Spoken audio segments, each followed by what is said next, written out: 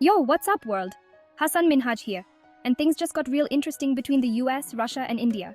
The US just dropped the hammer on 19 Indian firms and 2 individuals. Their crime?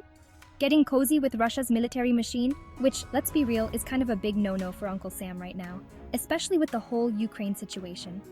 Now, I know what you're thinking. India and Russia tight? Since when? Well, for starters, they've been buddies since, forever.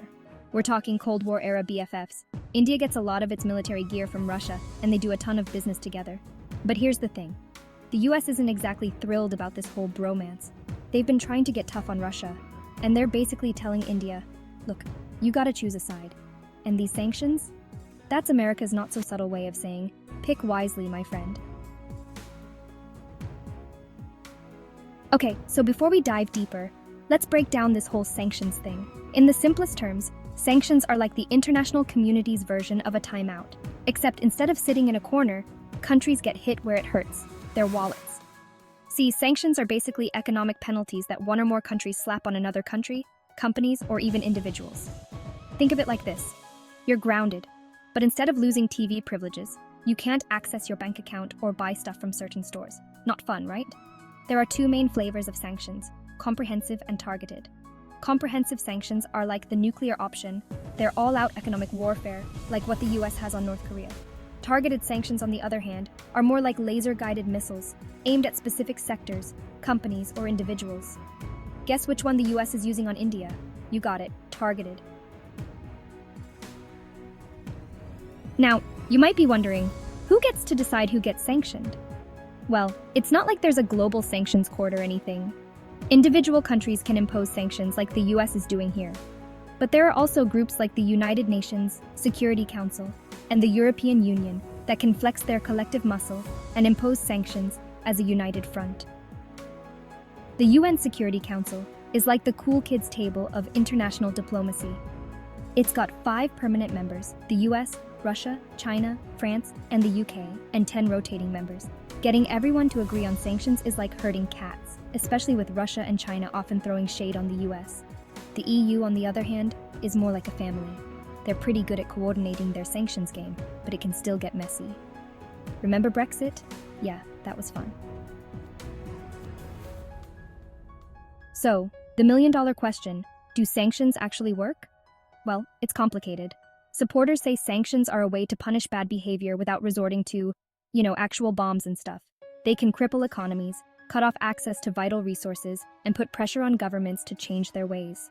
But critics argue that sanctions often backfire. They can hurt ordinary citizens more than the intended targets, fuel black markets and corruption, and even push countries closer to the very actors they're trying to isolate. Plus, let's be real. Sometimes they just plain don't work. Remember when the US had sanctions on Cuba for forever? Yeah, didn't really change much, did it? Section 5. India in the crosshairs. Who got sanctioned and why? Alright, let's get back to India. The US slapped sanctions on 19 Indian firms and 2 dudes for allegedly helping Russia's military. Their reasoning? These companies and individuals were accused of providing Russia with everything from sensitive technologies and military equipment to financial support. Basically, anything that could give Putin an edge, especially in Ukraine. Now, India's in a tough spot. They've been trying to walk this diplomatic tightrope, staying cool with both the US and Russia. But with these sanctions, the US is basically saying, you can't have your cake and eat it too. They're forcing India to pick a side. And that's a decision with some serious consequences. Section 6. From aviation to arms inside the sanctioned companies. So who are these Indian firms that got caught in the crossfire? We're talking about companies like Ascend Aviation, Mask Trans, TSMD Global, and Futrevo. These aren't your average mom-and-pop shops, mind you. They're major players in industries like aviation, logistics, and defense. Take Ascend Aviation, for example. They're an aviation company that's been accused of helping Russian airlines dodge Western sanctions. Then there's Mask Trans, a logistics firm that allegedly shipped military equipment to Russia. And let's not forget TSMD Global, a company that deals in sensitive technologies, including stuff that could be used for, shall we say, less than peaceful purposes. These sanctions are a big deal for these companies. They could lose access to US markets, get cut off from international banking systems, and even face asset freezes. It's a stark reminder that doing business with Russia comes with a hefty price tag these days. Section 7. Fallout in India. Defense deals, trade, and equipment woes. Now, let's talk about the potential fallout for India. First off, these sanctions could throw a wrench in India's defense plans. Remember how I said India relies on Russia for a lot of its military gear? Well, these sanctions could make it a lot harder for them to get their hands on spare parts, upgrades, and new weapon systems. And it's not just about defense. India and Russia do a ton of trade together, especially in areas like energy, diamonds, and pharmaceuticals. These sanctions could disrupt those trade flows, costing both countries billions of dollars. Plus, there's the whole issue of equipment. India uses a lot of Russian-made military equipment, from fighter jets and tanks to submarines and missiles.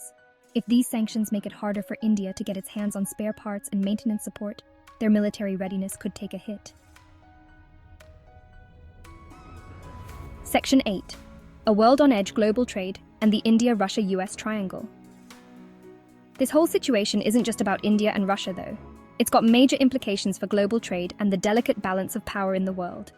The U.S. is basically trying to send a message. If you mess with Russia, you mess with us. And that message is being heard loud and clear, not just in India, but in capitals around the world. See, the U.S. is like the big kid on the block, and they're not afraid to use their economic might to get their way.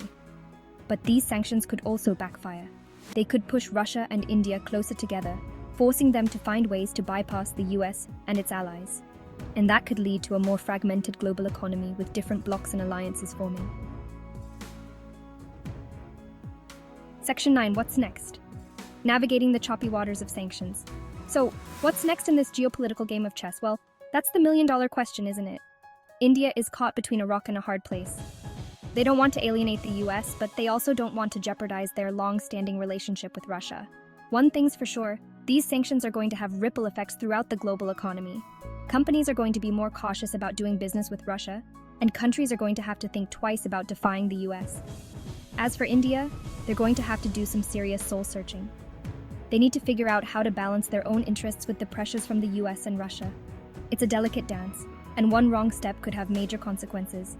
That's it for me, folks. Stay woke, stay informed, and stay tuned. This whole sanctions saga is far from over. Peace out.